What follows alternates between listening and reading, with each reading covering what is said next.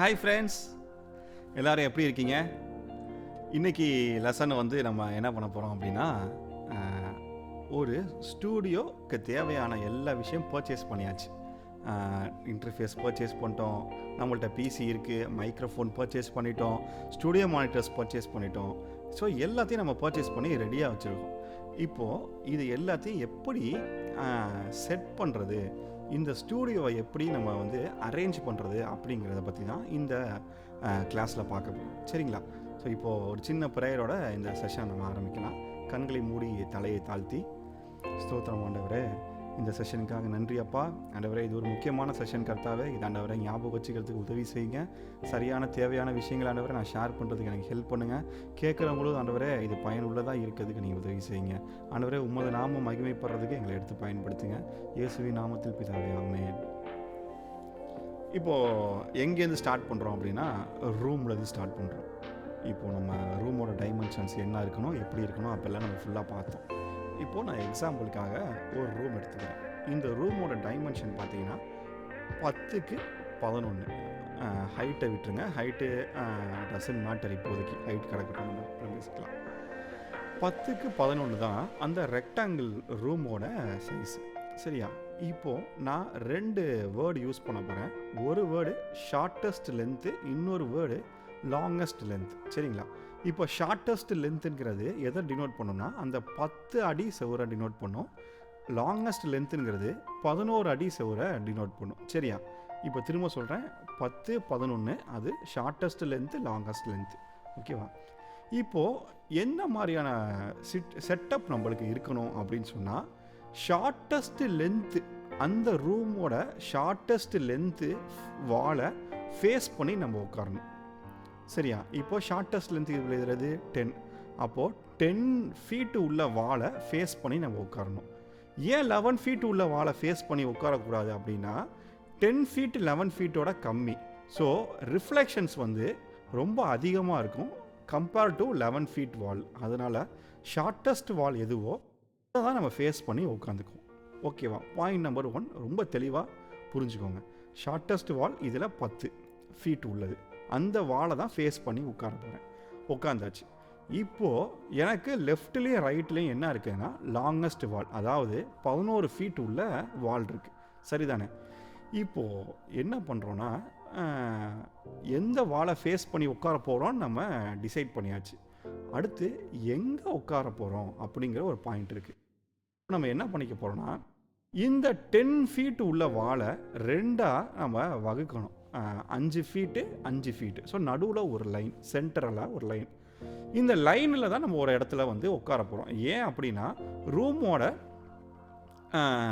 மையப்பகுதி, அதாவது இந்த 5 ஃபீட்டு 5 ஃபீட்டுக்கு நடுவில் ஒரு லைன் வரைஞ்சிருக்கோம் பார்த்தீங்களா, இந்த தான் வந்து இந்த ரூமை 2ஆக வகுக்கிறதுக்கான ஒரு மையப்பகுதி.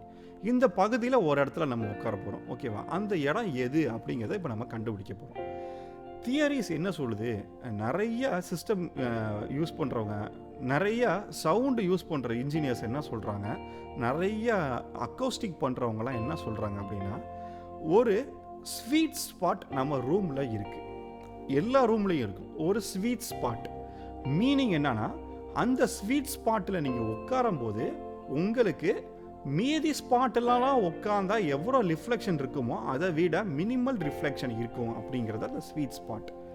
அந்த ஸ்வீட் ஸ்பாட்டில் நீங்கள் உட்காரும்போது உங்களுக்கு ரிஃப்ளெக்ஷன்ஸ் ரீச் ஆகிறது கம்மியாக ரீச் ஆகும். ஸோ தட் உங்களுக்கு மிக்சிங்க்கோ மாஸ்டரிங்க்கோ நீங்கள் எடுக்கிற டெசிஷன், இல்லை மியூசிக் ப்ரொடக்ஷனுக்கு நீங்கள் எடுக்கிற டெசிஷன் ரொம்ப நல்ல டெசிஷனாக இருக்கும்னு சொல்கிறாங்க. அந்த ஸ்வீட் ஸ்பாட் எவ்வளோ, எந்த இடத்துல இருக்கும் அப்படின்னா 38% ஆஃப் தி லாங்கஸ்ட் வால். திரும்ப நான் சொல்கிறேன், அந்த ஸ்வீட் ஸ்பாட்டு எந்த பொசிஷனில் இருக்கும்னா 38% ஆஃப் தி லாங்கஸ்ட் வால். அதாவது நம்மளை இந்த கேஸில் எடுத்துக்கிட்ட லாங்கஸ்ட் வால் வந்து 11 ஃபீட் உள்ள லாங்கஸ்ட் வால். சரிதானே?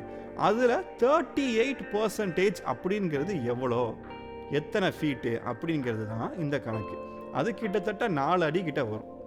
அந்த 4 அடியில் நீங்கள் என்ன பண்ணணும்னா, இப்போ மைய கோடு ஒன்று போட்டோம் பார்த்தீங்களா, அந்த கோட்டிலேருந்து என்ன பண்ணுன்னா 4 அடி நீங்கள் எடுத்து வச்சுட்டு அந்த 4 ஃபீட்டை மெஷர் பண்ணி அந்த இடத்துல ஒரு சின்ன கிராஸ் போட்டுருங்க.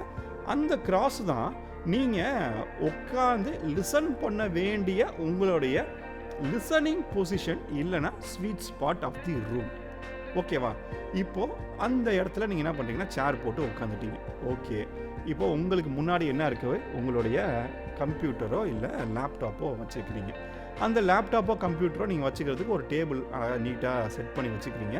அந்த டேபிளோட மையமும் இந்த கோடோட அதாவது அந்த கோடு போட்டோம் பார்த்தீங்களா, மையக்கோடு, அந்தவும் ஒரே லைனில் இருக்கணும். இருந்துச்சு அப்படின்னா உங்களுக்கு ஒரு சிம்மட்ரி கிரியேட் ஆகும். சிம்மட்ரினா என்னது அப்படின்னா, அந்த கோட்டுக்கு இந்த பக்கட்டும் அந்த பக்கட்டும் ஒரே மாதிரி இருக்குது அப்படிங்கிறது தான் அந்த சிம்மட்ரி அப்படின்னு சொல்கிறது. சரியா? இப்போது சிம்மட்ரிக்கலாக தான் உங்களுடைய ஸ்டூடியோவை நீங்கள் அரேஞ்ச் பண்ணிகிட்ருக்கீங்க. அதுதான் ரொம்ப முக்கியம். இப்போது 38% ஆஃப் த லாங்கஸ்ட் வாலில் உங்கள் சேரை போட்டு உட்காந்துட்டீங்க.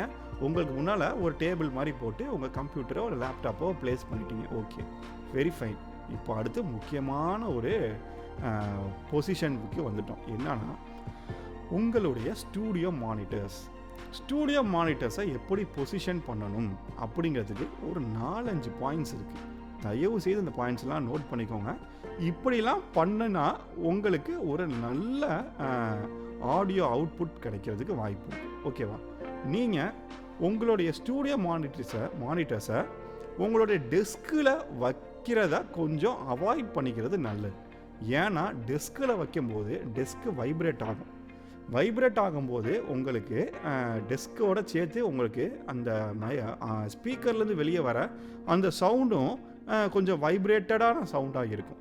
நீங்கள் ஒன்று ஐசோலேஷன் பேட் யூஸ் பண்ணி இந்த ஸ்பீக்கர்ஸை ஐசோலேட் பண்ணணும். இல்லைனா பெஸ்ட்டு நீங்கள் என்ன பண்ணிக்கலாம்னா, ஸ்பீக்கருக்குன்னு ஸ்டாண்ட்ஸ் வாங்கி நீங்கள் ஃபிக்ஸ் பண்ணுறது தான் ரொம்ப நல்லது. ஸோ ஸ்பீக்கர்ஸ்க்கு ஸ்டாண்ட் வாங்கிட்டீங்கன்னு வச்சுக்கோங்களேன். இப்போது அந்த ஸ்டாண்டில் நீங்கள் உங்களுடைய ஸ்பீக்கர்ஸை ஃபிட் பண்ணணும். ஓகேவா? எப்படி ஃபிட் பண்ணுறது அப்படிங்கிறதுக்கு ஒரு கேல்குலேஷன் இருக்குது. என்ன கேல்குலேஷன் அப்படின்னா, இந்த ஸ்பீக்கர்ஸ் எவ்வளோ டிஸ்டண்ட்டாக இருக்கோ அதே டிஸ்டண்ட்டு ஒவ்வொரு ஸ்பீக்கரும் உங்கள் லிசனிங் பொசிஷன்லேருந்து இருக்கணும் அப்படிங்கிறது தான் இந்த ரூல். திரும்ப நான் சொல்கிறேன், ஒவ்வொரு ஸ்பீக்கரும் எவ்வளோ டிஸ்டன்ஸில் ஒன்றுக்கு ஒன்று இருக்குதோ அதே டிஸ்டன்ஸில் தான் உங்களுடைய லிசனிங் பொசிஷனும் ஒவ்வொரு ஸ்பீக்கர்லேருந்து இருக்கணும். புரியுதுங்களா? இதை இன்னொரு மாதிரி நான் சொல்லணுன்னா, உங்களுடைய 2 ஸ்பீக்கரும் உங்கள் லிசனிங் பொசிஷனும் சேர்ந்து ஒரு ஈக்குவலாட்ரல் ட்ரையாங்கிள் ஃபார்ம் பண்ணணும். ஈக்குவலாட்ரல் ட்ரையாங்கிள் அப்படிங்கிறது என்னன்னா, அதோட உள்ளே இருக்க எல்லா ஆங்கிள்ஸும் 60 டிகிரி இருக்கும். அதுதான் ஈக்குவலாட்ரல் ட்ரையாங்கிள். ஒரு ஈக்குவலாட்ரல் ட்ரையாங்கிள் ஃபார்ம் பண்ணுற மாதிரி உங்களோட லிசனிங் பொசிஷனும் 2 ஸ்பீக்கரும் நீங்கள் ப்ளேஸ் பண்ணிங்கன்னா ரொம்ப நல்ல எஃபெக்டிவான ஒரு சவுண்டை ப்ரொடியூஸ் பண்ணுறதுக்கு வாய்ப்பு இருக்குது. ரெண்டாவது பாயிண்ட் என்ன அப்படின்னா, உங்களுடைய லெஃப்ட் வால் இருக்குது பார்த்தீங்களா, அந்த வால்ல இருந்து உங்களுடைய லெஃப்ட் ஸ்பீக்கர் என்ன டிஸ்டன்ஸில் இருக்கோ அதே டிஸ்டன்ஸில் தான் ரைட்டு வால்ல இருந்து உங்கள் ரைட் ஸ்பீக்கர் இருக்கணும். ஓகேவா? 3வது பாயிண்ட், உங்களுடைய ரூமோட ஹைட் இருக்குது பார்த்தீங்களா, அது எவ்வளோங்கிறத மெஷர் பண்ணிவிட்டு அதில் 50% எவ்வளோங்கிறத மெஷர் பண்ணிக்கோங்க. அந்த 50%க்கும் கீழே தான் உங்களுடைய ஸ்பீக்கர்ஸு பொசிஷன் பண்ணி நீங்கள் வைக்கணும். சரியா?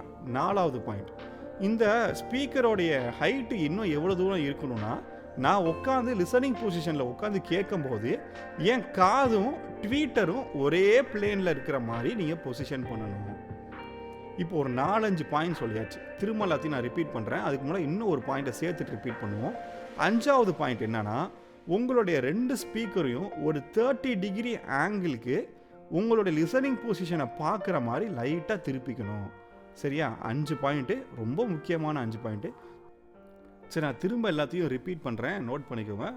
நம்பர் 1 பார்த்தீங்கன்னா, உங்களுடைய லிசனிங் பொசிஷனும் உங்களுடைய ஸ்பீக்கர்ஸும் ஒரு ஈக்குவலாட்ரல் ட்ரையாங்கிள் ஃபார்ம் பண்ணும். மீனிங் என்னென்னா, அது 60 டிகிரி 60 டிகிரி 60 டிகிரி ஆங்கிள் உள்ள மாதிரி ஒரு ஈக்குவலாட்ரல் ட்ரையாங்கிள் ஃபார்ம் பண்ணணும். 2வது, அதை முடிஞ்சளவு உங்களுடைய டெஸ்கில் வைக்காதீங்க, ஒரு ஸ்டாண்டு வாங்கி ப்ளேஸ் பண்ணால் நல்லாயிருக்கும். ஓகேவா? 3வது, அந்த ஸ்பீக்கர்ஸ் வந்து நீங்கள் எப்படி பொசிஷன் பண்ணணுன்னா, டோட்டல் ஹைட் ஆஃப் த ரூமில் பாதி எவ்வளோங்கிறத பார்த்துட்டு அதோட கீழே இருக்கணும். ஓகேவா? 4வது, உங்களுடைய ஸ்பீக்கர் எல்லாமே ஒரு 30 டிகிரி ஆங்கிளுக்கு உங்களை நோக்கி லைட்டாக அப்படி டில்ட் பண்ணி வச்சுக்கணும். ஸோ டில்ட் பண்ணி வைக்கும்போது உங்களுக்கு நல்ல எஃபெக்டிவான சவுண்டு கேட்கும். 5வது என்னென்னா, உங்கள் காதும் உங்களுடைய ட்வீட்டரும் 2 ஸ்பீக்கரில் உள்ள ட்வீட்டரும் ஒரே பிளேனில் இருக்கும். இதுதான் 5 பாயிண்ட், முக்கியமான 5 பாயிண்ட். இதை நீங்கள் கண்டிப்பாக ஞாபகம் வச்சுக்கோங்க. இது ரொம்ப ஹெல்ப்ஃபுல்லாக இருக்கும். ஸோ இப்படி தான் என்ன பண்ண முடியும்னா, நம்ம ஒரு ஸ்டூடியோ மானிட்டர்ஸை வந்து நம்ம ப்ளேஸ் பண்ணி ஆகணும். ஸோ இப்படி தான் நம்ம ரூமை வந்து ப்ளேஸ் பண்ணுவோம். இதுக்கப்புறம் நம்ம அக்கௌஸ்டிக் பண்ணுவோம். இதுக்கப்புறம் தான் நம்ம அக்கௌஸ்டிக் பண்ணவே போவோம். ஏன்னா பிளேஸ்மெண்ட் பார்த்துட்டு நம்ம இப்போ தான் ஃபர்ஸ்ட் ரிஃப்ளெக்ஷன் பாயிண்ட்டை எடுக்க முடியும். ஸோ ஃபர்ஸ்ட் ரிஃப்ளெக்ஷன் பாயிண்ட் எங்கே இருக்கும்? ஒரு மிரர் வச்சு நீங்கள் அளக்கணும். அளந்தால் ஃபர்ஸ்ட் ரிஃப்ளெக்ஷன் பாயிண்ட்டை ட்ரீட் பண்ணலாம். செகண்ட் ரிஃப்ளெக்ஷன் பாயிண்ட்டை ட்ரீட் பண்ணலாம். பேஸ் ட்ராப் நீங்கள் இன்ஸ்டால் பண்ணலாம். ஸோ உங்கள் ரூம் வந்து ஒரு கம்ப்ளீட்டான ஒரு ஹோம் ரெக்கார்டிங் ஸ்டூடியோவாக கன்வெர்ட் ஆகிடும். சரியா? ஸோ இன்னும் வந்து நிறைய டிப்ஸ் அண்ட் ட்ரிக்ஸ் இருக்குது. ஒவ்வொரு தடவையும் நம்ம போகும்போது நம்ம என்ன பண்ணலான்னா கொஞ்சம் கொஞ்சமாக ரிவீல் பண்ணிகிட்டே வருவோம். நல்லா மியூசிக் பண்ணுங்கள், ஆண்டவருக்காக எழுந்து போடுவோம். Thank you friends.